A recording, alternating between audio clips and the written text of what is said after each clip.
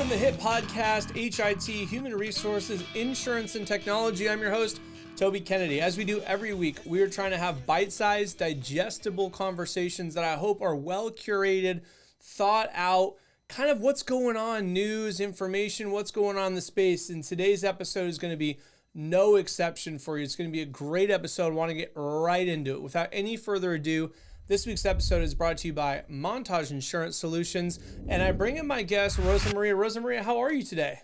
I'm well. Nice to get this going and support everyone with some great information. I appreciate it so much. Yeah, so we were talking a little bit in the digital space and here before the cameras heated up that there's some changes and some things going on. And before we kind of dive into really the meat, can you just give me kind of like the high level, give me the overview on who's Rosamaria, how do you get in the chair today, quick background, why should anyone listen to you?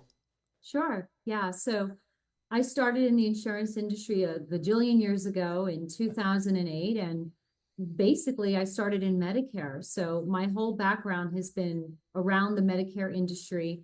I went into the market, focused on Medicare Advantage when it initially started and the Part D plans. I now have a 6,000 plus insurance agency. I am considered what you call a GA or an FMO or an IMO, and we're in all 50 states, and we support our teams and agents. And I as well have my own book of business, and I understand what it takes to do the ins and outs of that process. And so I'm also now the current president of I don't know if you guys are familiar with NABIP, NABIP, but that association on the national level has a state chapter, and I am the president of the state chapter, so KHIP. And so we're here to advocate and support brokers. Yeah, we do, of course, super familiar. In fact, I think it's the old kind of like Lahu, Kahu, Nahu sort of underwriter association, wonderful association, and grateful to have you and someone of your expertise in the chair. You mentioned Medicare and a Medicare expertise, and part of what you and I chatted about prior to saying, hey, maybe we should make a quick episode about this is Medicare, and indeed even some changes too. So do you mind kind of talking me through maybe just like a couple of, if I'm an HR person, I'm listening to this, maybe I have a couple of like common Medicare questions and then, any sort of big and changing breaking news. Yeah, absolutely. So basically what's happening is in 2022, the Inflation Reduction Act has been put into effect, and it created a change in the policy on how Medicare Advantage and prescription drug plans are going to be basically providing services, costs, all of that stuff. So one of the things that's happening this year that is huge and impactful for 2025 is the Inflation Reduction Act is going to put a cap on all prescription drugs, and that is a $2,000 max on any prescription that's in a particular formulary on a particular plan. That's important because it's going to impact employers too, because they have to ensure that their insurance is deemed credible coverage if they have retirees or people who are over 65 on their employee benefits. And if they do, of course, they have to consider it credible coverage. So right now, that is a huge impact because it is going to impact employee benefits. And I do know, it's always been an issue, the HSAs, but the high deductible plans are now really going to be looked at carefully. And you really got to just sit down and understand that piece, because it's going to impact these people if they decide that they don't have credible coverage. What is their next step?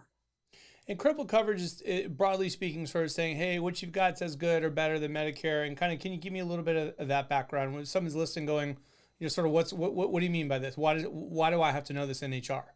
Great question. So when you're looking at somebody who's eligible for Medicare, whether it's a large group or a small group, there's guidelines on if they're supposed to get their parts A and B right away. And of course, that's its own realm of stuff that's also very confusing. But the second piece is related to this urgency right now is the fact that there's a $2,000 out-of-pocket maximum on the drug side means that the minimum requirements for credible coverage on an employer plan needs to meet that. And it doesn't mean that they have to have a 2,000 max. It means there needs to be a 60% drug expense covered for this to be considered credible coverage. And often high deductible plans are going to be an issue because they're not covering those portions of the drug cost, which makes these plans harder for them to meet that threshold now that it's at 2,000 max. So that's really the big thing right now, is making sure the health insurance carrier that you have your plan through, or if you're on a self-funded plan, that it's going to be deemed having that minimum requirement for 2025. Or not, right? I mean, what are the consequences if I have a health insurance plan that's not? It's a big problem. So two things. One thing that CMS, the Centers for Medicare and Medicaid Services, did do is when they built this process, they knew, or basically figured out after multiple people saying it's an issue, they said, okay, if your coverage is deemed credible for 2024, all you'll need to do is get a copy of this credible coverage letter from your health insurance plan or your self-funded or your employer that shows this is actually deemed credible coverage. If they don't have that letter by the end of this year, I would be concerned, because now that employee could be subjected to penalties, and those penalties are substantial. So there's a 10% penalty for not getting your Part B as in boy in time. And that penalty continues every single month that you don't apply for Part B if you were supposed to get it. That's just one piece of the story. That's always been there. But the other piece is the 1% penalty that is for your drug cost. And if you don't have a Part D plan in time for this credible coverage, it's 1% of the national average of Part D plans. It's about 40 cents. It doesn't sound like a lot, but 40 cents times how many months? Those months go on and on and on until the month that you finally do get credible coverage. They're going to add those percentages up and they stay with you for life. So that customer who thought they were good to go on a union plan, or they were on a, employee benefit plan, they thought they were all great. I had great coverage. Not necessarily the case. And they might not find out until it's too late. And often they don't, right? And so to back this up, the kind of sing-songy part of this is A is free, you pay for B, right, within Medicare. So people are kind of trying to keep track of when we're talking about A and B. And then D is the prescription drug piece, right? So that it was added in whatever it was, 20 years ago type of a thing. And so we're talking about these facets of Medicare. And what you're talking about is, I find not only so important, but so under talked about. And so I almost want to ask you, not to reiterate exactly, but let's stick in this pocket, because you're talking broadly speaking about our employees, our members, and as they become Medicare age, if they run afoul of what they're sort of supposed to do with Medicare and they don't sign up on time or they don't do the right thing, it costs them money. It costs them a bunch of money, and it costs them money for life. For life. That's the key. And it's not, I've had people say to me, oh, it's just, a couple of cents. Yeah, a couple of cents times 5 years, 2 years, 3 years, it all adds up. And when you're on a fixed income and you go on Social Security, yeah, it's a problem. And there's also IRMA, the income related adjustment requirements, So if somebody is eligible for their employer plan, and now the IRMAs are going up and there's all of these things, this is something people need to pay attention to. So it's not the same game it used to be last year. And moving forward, I think every agent that works with employees and employers really needs to understand Medicare at least enough to be dangerous. So yeah, and know who to call if need be. But exactly. The couple cents is one thing, but there, as you said, there's the other, the percentage penalty as well. That's for life. Yes. And the thing that I just, this is kind of more to help the employee. The employer, the penalties on them, it's not as substantial as it is for the employer. No, I know. But this is like, first of all, you want to do the right things, you want to do the right thing. Exactly. And second of all, you want to sleep at night. And as you said, you might have had an employee that worked for you for many years and put in good shifts, and they're moving to a different phase of their life, and they may be indeed on a fixed income, and you will impact their quality of life for the rest of their life because you didn't do the right thing. So the employer penalties, as you said, they are sort of one thing, but there's a whole nother facet. If we're talking about human beings here and the rest of their life and end of care. And so I want to sort of repunctuate that if anyone had sort of known some of this and was only half listening and tuning back in now, what was true yesterday or recently will not be true tomorrow. The 2025 plans And therefore the employer, I'll back this up, the employer responsibility, right? So I have to inform my employees. I think, and you correct me if I'm wrong, it's once a year. I think it's like mid-October, where I have to tell the employees, listen, everybody, Mr. and Miss Employee, you might be Medicare eligible. You should know our plans either are creditable or they're not. And so you take that information, you do what you want with it, but I want to give you an accurate reflection on whether or not what we offer you is as good or better, because there are these sort of downstream effects for you, and that definition has changed. That's right. And I work with a bunch of agents that are, large group and small group, and they'll tell me, we all know, we kind of know enough of this stuff to be dangerous. And one of them was even on the HSAs, you can't contribute in your HSA 6 months prior to getting onto Medicare. And that's going to be impacting people this year too. People need to know that you can't contribute, and you knew this already, but I still find it shocking that I'll talk to brokers who are large group and small group, and they have people on HSAs and they're over 65. And I'm like, wait a minute, why are they on this HSA? They are going to get in trouble. They're going to have a penalty. Their contributions are, going to be, it's not going to be the same number that they assumed they were going to have in there. So these are things I just feel like we keep bringing to the forefront is important for the community. So I want to circle back to the letter thing that you mentioned earlier, because as an employer, you're saying that there's a bit of a requirement to say, hey, look, if you're a real kind of box checker and you really do want to do the right things, one thing you should do before the end of the year is secure a letter that explains whether or not your 2024 plans are credible. That's right. So two things. Number one, CMS does have a requirement that you must, as an employer, electronically notify them within 60 days of a start of a plan year if there's going to be a change in the coverage. If the credible coverage is starting and there's a change to it because you're moving to a new plan, they're supposed to be notifying CMS of this. And in 30 days of a plan's termination, they're supposed to notify them that the credible coverage is no longer in effect.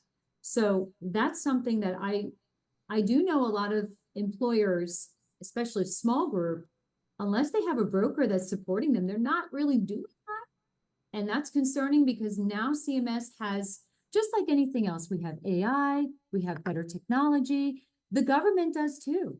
And so now they have ways to track people not doing their job. And it's going to become, I'd say probably in 2 years, we're going to see this whole thing start to get really streamlined online. It's already starting. And so the employer's responsibility is to 100% send some sort of notification out that your coverage is considered credible.